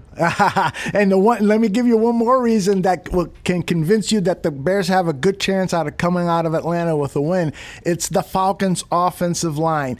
That is a rebuilding offensive line. They've made some changes to that line to try to improve what was a really bad year for that season, for that line. I don't think that they're going to be ready to go up against the Chicago Bears defensive line, which is the strength of this team, from a defensive standpoint. That it starts there with Khalil Mack and Robert Quinn and Akeem Hicks. You have got to stop those guys. I don't think the Falcons' offensive line is going to have success for 4 quarters. They're going to get to Matt Ryan and hopefully turn the ball over a couple of times and walk out of Atlanta with a big W. All right, take us through the rest of the schedule, my man. All right, so after that, the Thursday night game against Tampa Bay, the Buccaneers, here at 7:20 at Fox, that was a tough one. I still think the Bears can come out of that one with a victory, because Tom Brady is going to still be new to his team somewhat. It's only going to be his fifth week in. I think that again that's a team that's going to give the Bears some challenge in terms of offensively, because they have a lot of firepower. But I think, assuming that the Bears are humming on offense, I think they can go ahead and probably pull off a victory versus the Bucs. I got them beating the Panthers at Carolina, again, new coaching staff and, so on and so forth. I have them losing then the following 2. I have them losing to the Rams at LA, and I have them losing to the Saints here. It's Soldier Field, so I got them going 2-2 on that 4-game stretch there. So you are basically kind of leaning towards them being a 500 team, or maybe a little above 500 after the halfway point of the season, huh? Right, either 4-4 or 5-3 is what I'm looking at right now, depending on that Colts game. Well, I wish that I could disagree with you. Well, you just started off 4-0, so you haven't losing all 4 games. You know what? Anybody that listens to me here at Bears Barroom knows that one moment I'm like saying they're going to go 16-0, and then the next moment I got them going 0-16. So this 4-game stretch between the Bucs and the Saints, how many victories you have them going for? No, you know what? I have to be optimistic right now. I have to be optimistic. I think, let's say 3-1 for that first quarter. I think they're going to beat Tampa Bay Bucs, because I don't think Tom Brady is Tom Brady anymore. And there's just going to be so much that is different with this Tampa Bay Bucks. And while he's got great offensive weapons, that offensive line too has some issues. And I think that, again, that this Bears offense, if they show the incremental improvement week to week that I expect them to have, I think it should be enough to beat the Tampa Bay Bucks at Soldier Field. Got to win that game. Carolina on a short week as well, too. Yeah, so on a short week. Exactly. So that helps the Bears' cause tremendously. And hopefully it's nice and cold there, although Tom Brady really beat the crap out of the Bears on a cold day at Soldier Field. But the rest of those Tampa Bay guys, they're a little shy of the cold weather. And then you go to Carolina. I think this Carolina team, yeah, they got Christian McCaffrey and so forth, but I don't see them as a big threat. I don't know. I have to study. New coaching staff with Matt Rule coming in there. Yes. Teddy Bridgewater at quarterback now, so there's some changes there as well. Mm-hmm. So I think that's another game, much like the Atlanta game, although maybe a little bit more. So a definite winnable game on the road. Then you go to the Rams. That's going to be a tough one to win at LA. But again, we played them really well here at Soldier Field. I think we could play them well at LA. A lot depends on just how the defense is doing there, because that's the Rams team is they put points up when they're at home. So if the same thing with their following opponent, the New Orleans Saints. If this Bears defense is really a top 5 defense in those 2 games against the Rams on the road, and then the Saints at Soldier Field, those should be wins for the Chicago Bears, or at the very least split those 2 games with winning the home game. So I think at Rams it might be a little bit tougher than probably everyone anticipates. I think they're on a rampage to come back here after their disappointing season last year. They made some nice offseason pickups as well. So I think the Rams at LA is going to be a little bit tough. But the Saints, again, dome team coming to the outdoors elements. Of course, Saints are one of the better teams in the NFC, so that's why I kind of back and forth game, giving it the edge to the future Hall of Famer Drew Brees and Sean Payne. They're pulling that one out. That's why I went with the Saints on that one. So right now, like I said, I have them going 4-4 or 5-3, depending on that Colts game. Mm-hmm. All right, take us through Week 9 at Tennessee. This is a game that we were hoping to get all the barflies down there, but with this pandemic, who knows if even the hotels will be open. We'll see. But it would be great if we could get a on the road tailgate thing over at for the Tennessee game. Week 9, it'll be November 8th. What do you think the chances are of the Bears coming out of Tennessee with a win? Yeah, so I like this should be a defensive battle. Yeah. With the Titans and the Bears. Obviously the thing with Tennessee, it all starts and ends with their, Henry is that running back. Can you stop that running game, and can you make Ryan Tannehill beat you? I think he won't be able to beat this Bears defense on his own. So I think that's where the Bears come out up Tennessee with a victory. I think they make it 2 in a row, and they beat the Vikings here in Minnesota. It doesn't seem to matter, who Minnesota has or how good they are.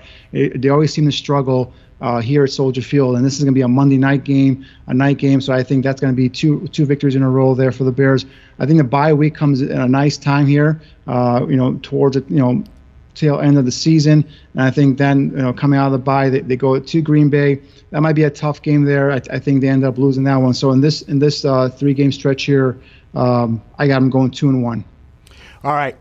I'm going to put on my optimistic hat here. That game at Tennessee is probably the ones that I'm most worried about on the schedule. And I think that a lot depends on the play of Roquan Smith and Danny Trevathan, because those are the 2 guys that probably are the most responsible for stopping Derrick Henry. Would you agree with that? I'd say probably the up front guys. I'd like Akeem Hicks and okay. Eddie Goldman and Bilal Nichols. Those guys up front are going to be the guys, along with the linebackers as well. But yes, initially you're going to have to get positive movement back from make sure that the offensive line for Tennessee is not blowing us off the line of scrimmage, and then creating those holes. Allowing Henry to get into that second level, reaching the Smiths and the Trevathan. So for me, it all starts up front. Okay, so given that, if those guys are healthy and playing good football, then the Bears can come out of Tennessee with a win in a good old-fashioned, like you said, good old-fashioned defensive-oriented football game. The Bears should come out with a 13-10 type of game. That's going to be, to me, one of the key games in this schedule to keep an eye on. I totally agree with the Vikings, and while I really am a big fan of what the Vikings do from a player personnel perspective, they always have, in my mind, good drafts, although sometimes some of those players don't work out, but I do like what they do. I still think that the Vikings are going to have a tough time winning at home. The Bears beat them twice last season. Tough time the Vikings winning at Soldier Field. So I like the Bears to win there. I also think that it is time now for the Bears to beat the Packers. Let's remember Game 1 of the 2019 season, the Bears only lost because that offense was just not ready for prime time. This is another prime time game, a Sunday night game, and I think that this is the season that finally the Bears go to Green Bay on a prime time game and the offense shows that they can do it. They've had the tape to look at about the Green Bay Packers defense under Mike Pettine and the Smith brothers at those outside linebacker positions. I think they'll figure out a way to neutralize them, and I think that they'll figure out a way to get 21 points on the board and hold Aaron Rodgers to 10 or 13 points. I think they walk out of there with a huge, huge victory and then follow that up with a win against the Detroit Lions on Week 13. I'm liking what could potentially happen at this part of the schedule. Yeah, I mean, that Green Bay game at Green Bay, I put them down as a loss. But again, that's a game that I was on the fence about. Like I said, I really don't. I don't want to call them a fake, but I really don't believe that Green Bay is as good as the record indicated they were last year. I think they got a lot of the breaks. I think a lot of the stuff kind of went their way, and you know, they ended up putting together a very damn good season. However, I think a lot of that catches up with them this year. We talked about this whole drafting of Jordan Love. Is Aaron Rodgers, how is he going to respond to this? And by this time that all should have been boiled over by now, but. That talent level on that offense, especially at the skill position, in terms of the receivers, besides Devontae Adams, they have some holes there. And unless they find an answer, coming into the season and during the season coming to this Bears game here, I think it's going to be it's going to be a close game, and I think that it can go either way. But because it's on the road, it's Sunday night. Typically bad things happen to the Bears in Green Bay on Sunday night. So I went with the odds and just gave them a loss on that particular game. Gotcha. All right. So Lions Week 13. What do you got? So this is where the Bears really make hay here and towards their push for the playoffs here. So I got them winning the next 4 games in a row. I got them beating the Lions here in Soldier Field. I got them beating the Texans and my favorite quarterback, Deshaun Watson, here at Soldier Field. And then I got them again beating Minnesota in Minnesota and then beating Jacksonville in Jacksonville. Then I figured by then they'll probably have one of the wild card positions already locked up. So they might go ahead and rest their starters depending on that last game of the season versus the Packers.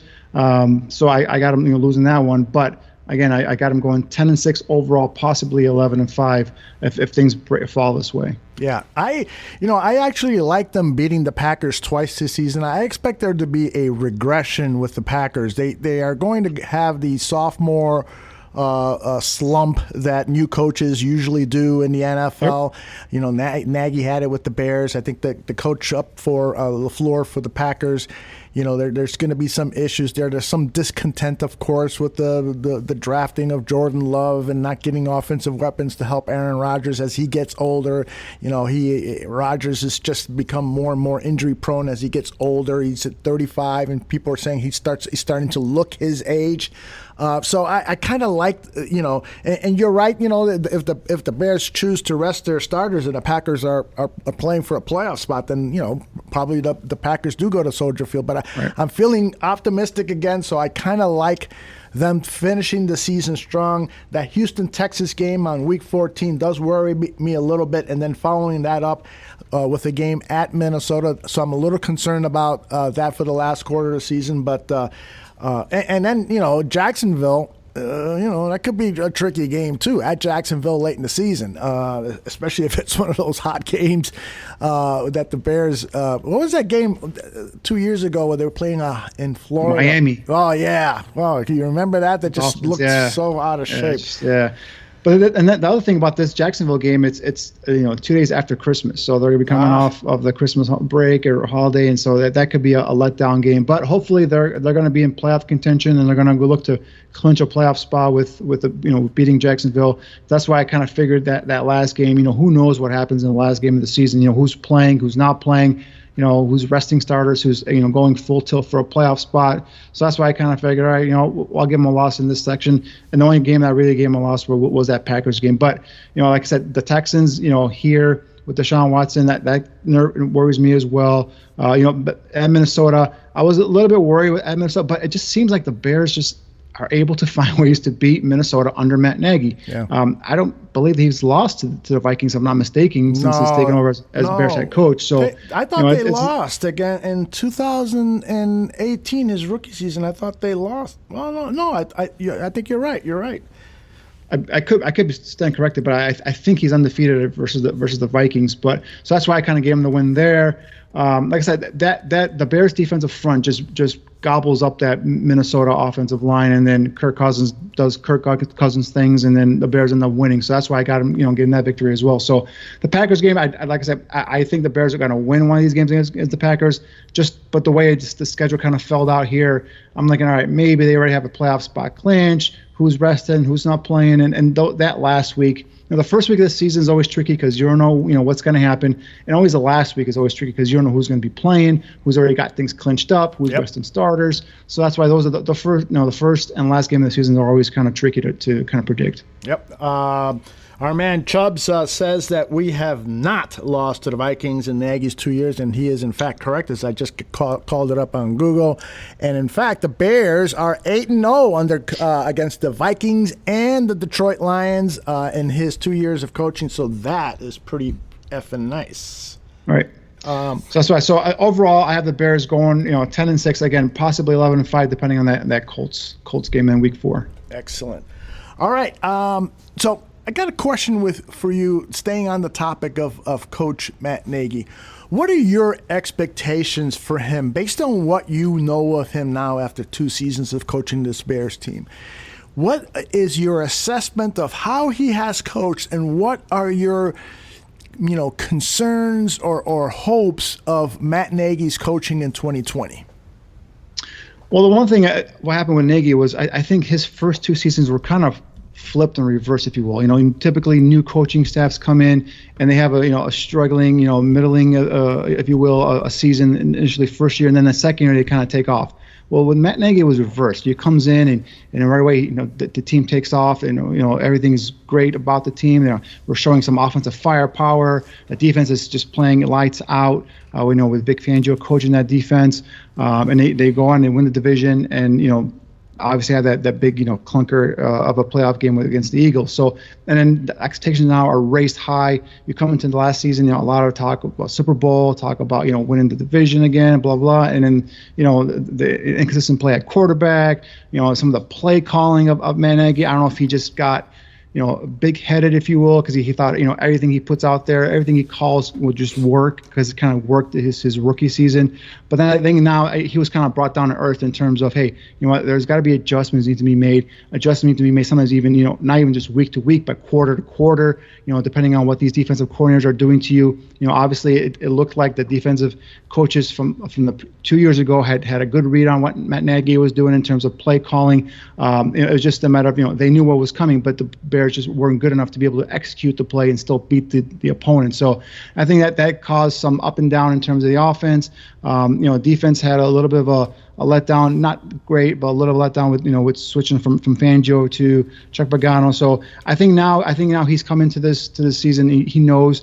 I think hopefully we have a preseason, and I think he's done with the whole resting the starters for the entire preseason. I think he's going to let those guys go out there and compete and get some snaps underneath them in preseason, get some hits, so that way when the season rolls around, week 1, they're ready to go and fire on all cylinders. So I hope that's what he's learned. I think he's made some some adjustments. I hope he's made some adjustments in terms of his play calling. Bringing in a guy like DiFilippo, bringing in Laser. Some new eyes, some new ideas, some new play sets, and that hopefully that was gonna go ahead and galvanize and revitalize this offense that basically last year was pretty dormant. So that's my hope. I think he's learned from both his rookie season and last year, and I think now he knows that adjustments have to come quicker and possibly sometimes even on the fly in order to go ahead and continue the success, offensively at least. Mm-hmm.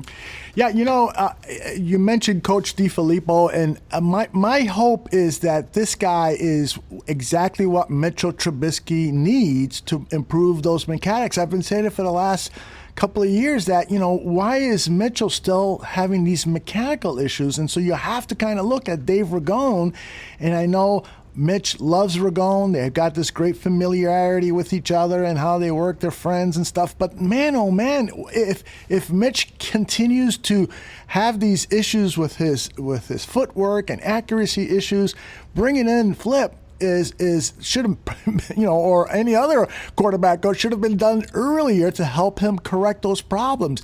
I love the way Flip communicates. I think that he could do wonders for Trubisky, not only with his mechanics, but also with his processing down the field. Because when you look at Flip on these videos that have gone viral of how he talks about, what the defense is doing and what the quarterback should be looking for and so forth, I feel like I could play quarterback at a decent level for the guy. So let's not get ahead of ourselves. I hear you. But I'm just excited about what Flip can do with Trubisky. Yeah, me too. And this is a guy that's made a name for himself, a reputation around the league to being a guy that gets into quarterbacks' heads and able to correct some of their flaws. And like I said, that's what I'm really looking forward to. Right. And one of the things that I was kind of bummed about when I first found out that we were not going to be able to go down to Bourbonnais and have those open practices like we're accustomed to the last couple of years is because I wanted to see DiFilippo work with the quarterbacks. I wanted to see, firsthand what he does with these quarterbacks in terms of the drills, in terms of some of the things he does. Obviously, most of the work will be done, in the meetings and behind closed doors. Right. But I just wanted to see that, like you said, I saw those videos and like you were saying, like they make the quarterback play, they break it down. He breaks it down nice and easily, and it kind of makes us understand that us being just Joe Schmoes, not actual guys playing on the field. So I think that was a huge hire in terms of the development of Mitchell Trubisky. In terms of why it wasn't done earlier, obviously DiFilippo was the offensive coordinator for the Vikings, and last year he was offensive coordinator for the Jacksonville Jaguars, so he wasn't really available to come in and be a quarterback coach. But I think I know what you mean. Why wasn't a quarterback guru or whisperer here working with Trubisky to help him develop? So, but again, I think that's something I'm looking forward to seeing. I'm really looking forward to seeing Juan Castillo and his coaching up front in terms of the offensive line.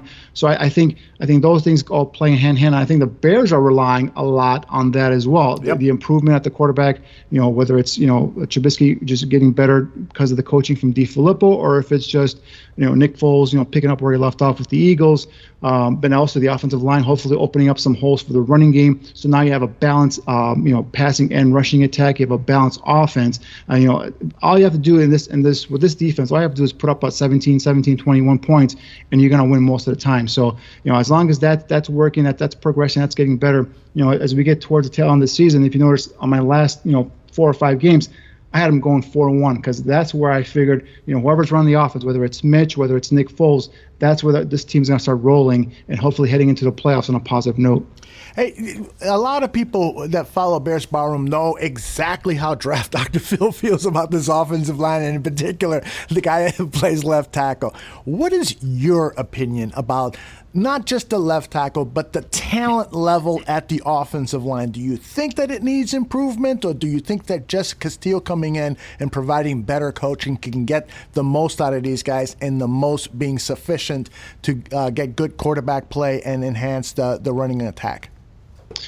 I feel the offensive line was my biggest need coming into this offseason for me in terms of what I thought the Bears had to go ahead and address and attack. Now, they signed up Fetty in terms of free agency, and they drafted these 2 kids in the 7th round. So in my opinion, they really didn't go after it as aggressive as I thought they would or wanted them to go to. So I think that's still going to be a major question mark for me going into the season is the offensive line. In terms of the talent on the line, Charles Leno, I think, God bless him, is a former seventh round pick out of Boise State, a guy who's come in and who's actually held his own up until last season. Last season he struggled, and he struggled big time. I don't know if it was just things going on off the field or what was going on, but I think I had not seen him struggle that bad. Other than his rookie year when they had him playing the right side, and he just looked like he was all out of whack. So, but I expect a big bounce back year from Leno. Is he an All-Pro left tackle? I know he made the Pro Bowl a couple years ago, but I don't think he's an All-Pro left tackle. I don't even think he's a Pro Bowl left tackle. I think he's a guy that's going to be okay or sufficient enough at the left tackle not to get your quarterback killed. Can you improve there? Certainly can. That's why a lot of my mocks, I had left tackle, a young developmental tackle, coming to the Bears in my mocks because I wanted someone in the pipeline to be able to eventually take over either the left side or the right side. The only spots for me that I'm secure at is James Daniels and Cody Whitehair. Now, for me personally, I like Whitehair more at left guard, and I like Daniels at center because I think center is a more natural position for Daniels. I think he's a more athletic player, and I think his ability to get out to the second level and get onto those run fits quicker is what I look for. However, Nagy and the coaching staff feel that Whitehair at center for whatever reason works better. I'm not sure that's the reason Mitch gave, because I think that was another reason for the switch last year was that Mitch felt more comfortable with Whitehair at center. So if that's the case, we'll go with it. But those are the two guys that I feel most confident in. Right guard, we'll see what happens at right guard in terms of the competition. And then right tackle, I think Bobby Massey got off to a bad start last year, but I think maybe towards the middle to tail end of the season, he got better. Yeah. And with him, his strong suit for me is his run blocking, his ability to kick out the defensive end, create that seam, create that lane, get some positive movement up front. We help reestablish the line of scrimmage. I keep saying that when I talked about offensive linemen, is I want guys that can get movement up front, help reestablish the line of scrimmage, give room for your running backs to get through. So I think he struggled. They both struggled last year. I think Massey got better towards the middle half of the season and towards the tail end, while I think Leno just had a steady bad year, throughout. And for me, those positions are positions that can be and should be upgraded in the future.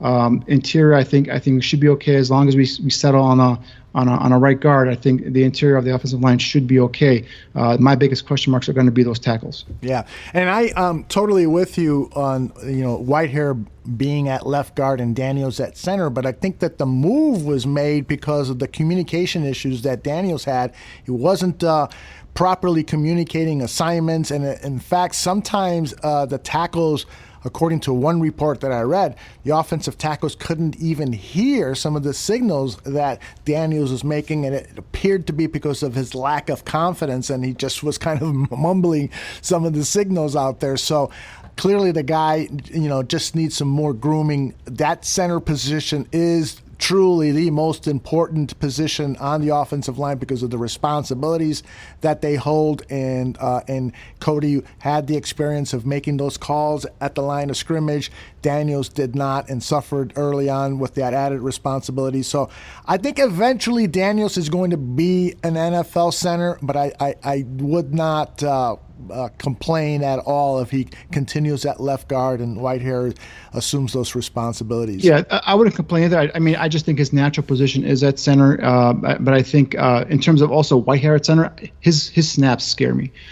He's gotten better over the last couple of years, but it's like his shotgun snaps. You always see the quarterback either bending down and picking up the ball. Maybe ball might be a little bit high and wide or whatnot. So I think overall, I think Daniels is probably better at snapping the ball and shotgun. Again, he's a more natural center.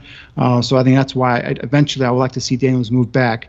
And that very well could be the case in terms of being able to bark out those signal calls, and that is huge, especially on the road. If your offensive lineman cannot hear the how you guys are going to block the blocking schemes, that's going to be it's going to be bad for the quarterback for the run play in general. If the offensive linemen don't know what to do, that's an issue. So I had not heard that, but that's interesting. That was one of the reasons why they made the switch. Yeah, got a question in the chat room for you. Bear Truth number 9 asks, "What are your thoughts about potentially bringing in a veteran like Jason Peters on a team-friendly veteran deal?" Now, the story that I saw is that he Peters has been rejecting some free agent offers because he really wants to go back to the Eagles. But the Eagles drafted Andre Dillard, the guy that you and I saw down at the Senior Bowl, and really enjoyed watching him play. He's a very promising prospect. So I think they're on a youth kick down there at Philadelphia. So Peters may be forced to sign somewhere else. Would you like to see Peters, would you like to see Ryan Pace aggressively try to bring in Peters for at least a one-year deal? I would not mind having a guy like Jason Peters come in, but again, this guy's a veteran. I don't believe he's finished or has had a healthy season the last couple of years. So durability could be an issue with Jason Peters. And again, it would be just a stopgap guy. It'd be a 1-year deal. A guy to come in and compete. But if I really felt like they wanted to bring in competition, a guy that can actually push and compete with Leno for snaps, I thought they could have used that. One of their first or one of the 2 second-round picks on a left tackle. I mean, you had a kid like Ezra Cleveland from Boise State sitting out there. Yep. He ended up going to the Vikings a couple picks later, but he's a guy to me, is going to be a starting NFL left tackle. Had Josh Jones, the kid from Houston, who I was high on, especially after the week at Senior Bowl. We had heard, scuttlebutt that he possibly had done so well at the Senior Bowl, he might have been gone at the bottom half of the first round. He actually ended up being, I believe, mid to late third round, which kind of surprised me. So, he was still out there available. So there were some young players you could have brought in here if you wanted to actually bring in some competition, for Leno. But they bypassed that. So like I said, I think they are confident in their talent more so now with the coaching upgrade. And I think that they feel that that's going to be a big bounce back year for the entire offensive line because of Castillo, because of some of the new play calls and the scheme. So, going back again, Peters is a guy that, like I said, a decorated veteran. I've heard that he wants to start. So if a team is not going to, give him a starting position, he might just sit out and probably wait and see, the first injury that happens, whether in camp or during the season, and then just jump at that opportunity to go to a team and start. So we'll see what happens with him. But, Peters is definitely a upgrade. Again, it'd be a short-term upgrade. It'd be a 1-year deal. But again, as a guy that hasn't really been healthy the last couple of years, so you got to question his durability. Yeah, and he's 38 years old, so it's not he's not a spring chicken. So I personally feel that the Bears are really done with any significant free agent signings other than the running back position. I still that was like I say. Yeah. Yep, the running back. That's the one area in which right now I'm not comfortable in terms of the depth behind David Montgomery. So, God forbid Montgomery goes down, you have 2 undrafted free agents. You have Tariq Cohen, who we all know is more of a gadget player than he is an actual running back. And then we have Ryan Nall, who's a guy that, is more of a downhill thumper than he is, make you miss kind of creative guy in the backfield. So, I think that position is something that if they are going to go out and bring in a veteran, I think that's one area which they should really look at. Well, you predicted that Ryan Nall was a fullback in the NFL, and we finally saw him in a handful of snaps with the Chicago Bears. That was the position he was playing, Ryan Nall. So, I don't think that the Chicago Bears really have any plans of him being a running back, a true running back. And so for that reason, and the Tariq Cohen being a gadget player, they got to bring in a veteran to back up David Montgomery at that position. There's just no way that they're going to rely on Napoleon Maxwell, and the other guy's name is Artavius Pierce. There you go, Artavius Pierce. And great interview with Napoleon Maxwell last week, by the way, from you and the Badge. I'm rooting for that kid. He's got some skill sets. He's got some talent. I just don't know if he's going to be a guy that's going to, again, injuries are his issues. Like I said, he tore the same ACL back-to-back years. But if you put on his tape, his ability to get shifty in between the tackles, to his jump in and out of holes. He said he's got 4.4 speed. So that's the kind of back. I like his vision, his patience. He allows his blockers to be able to set their blocks, and then he cuts off of his blockers. He sees the cutback developing. He's got that second level vision that I like in terms of my running back. So Napoleon Maxwell has some traits that I like. But again, his questions are going to be his durability. How healthy is that knee? That's probably one of the reasons why, with what's going on now, teams couldn't bring him in, couldn't get their hands on him. And I think that might have been a big question mark. Although, after they had the back-to-back knee injuries, he played 3 straight seasons. However, he was never really a bell cow running back. He was a guy, I think most carries he got in a single game the following 3 seasons after the injury were 18. So he was a guy that was always used in terms of as part of a rotation. So that would work here as well, because obviously he'd be part of a committee with Tariq Cohen and David Montgomery. So we'll see how that plays out. But I still would feel much more safer or secure, if you will, with a veteran running back there. Absolutely. Got to tell you, man, this has been a tremendous year for Draft on Tap. You and Ryan Badgley just did a tremendous job. This is the last Draft on Tap for a little while. The team is going to go on hiatus. I got this message from Badge that he wanted to deliver to everyone. I'm going to play that now. Hey, what's up, guys? It's Badge, your host of Draft on Tap. Just want to say thank you for a great season, and I'm looking forward to the start of next season. A huge thank you to Danny Shimon. Phenomenal job this season covering prospects and the draft. I can't thank him enough for all of his help and direction and making this just a great show. And to everybody at Bears Barroom, Aldo, Gandia, Shane Marsaw, Philatoshin, thank you guys so much for the opportunity to host this show. I love hosting Draft on Tap and being a part of it, and I love that the fans are so interactive and following along with us throughout the process and right on through the draft. Thank you, everybody, so much for tuning in. Looking forward to next season. And as always, a big bear down. Danny, I got to tell you that there are a lot of unhappy people in the chat room. And I said this is the last show for the season. Trust me, guys, I don't want to go away either. But Badge won't be available for the next couple of weeks. I got some family time I got to take care of here, so I'll take a little bit of a break here. Hopefully, it's not that too long of a hiatus. We kind of discussed, you and I and Badge, Aldo on our Slack here, that with what's going on in the world, there's the college football season's up in the air. Yep. There's scuttlebutt. Will they play in the summertime or in the springtime? Bringing back college football sooner, right before the fall, because that's when everyone expects the coronavirus to kind of rear its ugly head again, and so that they're kind of trying to work things out here. But assuming everything goes to normal, we'll have the college football season back here sooner rather than later. I can't wait for the games to start again. I can't wait to get back to back here on Draft on Tap and to start breaking down next year's draft class. I had so much fun. I want to thank you, Aldo.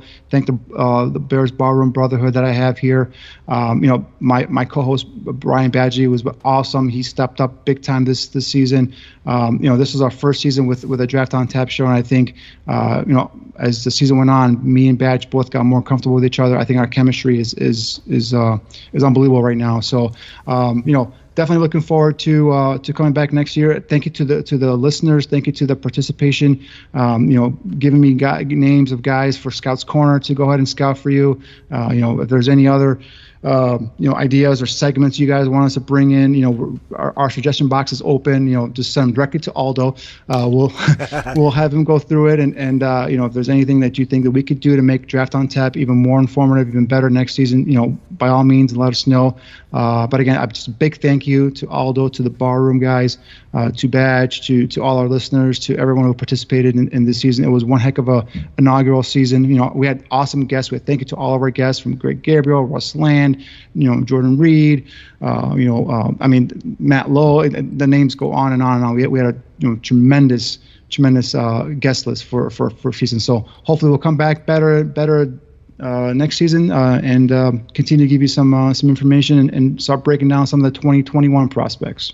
Well, and my thanks to you, Danny Shimon and Ryan Badgley, both of you guys. I'm just so proud of the work that you did and all the time that you put in, Danny, and looking at tape and showing up for each show, well prepared to share some top-notch draft evaluation on the players. I'm really, really grateful. And like you said, next year is going to be even better. As we venture into the world of video, we'll be utilizing that technology more to help visualize what you're talking about when you're talking about these prospects. We've got lots of great ideas on the table, and as Danny says, we really, really lean on our followers, our listeners, for their ideas on what we can cover, and we will respond to that. So let's keep an open communication. Hey, and Danny, are you going to continue to do your little video snippets of prospects and players and stuff and sharing those on your Twitter account?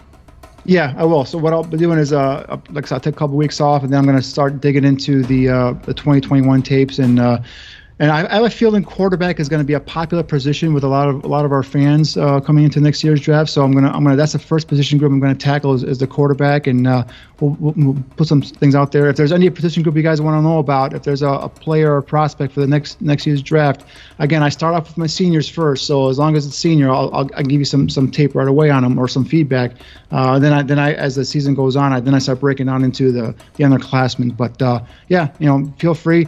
I'm at DShimon56. It's DSHIMON56. Let me know if there's a player or a prospect you want me to give you my quick thoughts on. I'm more than happy to do it.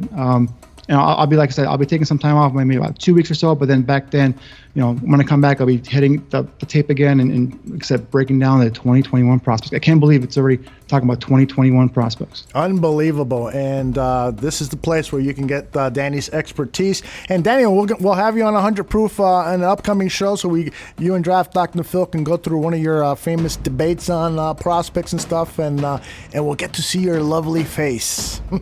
Sounds good. All right, brother. Can't wait.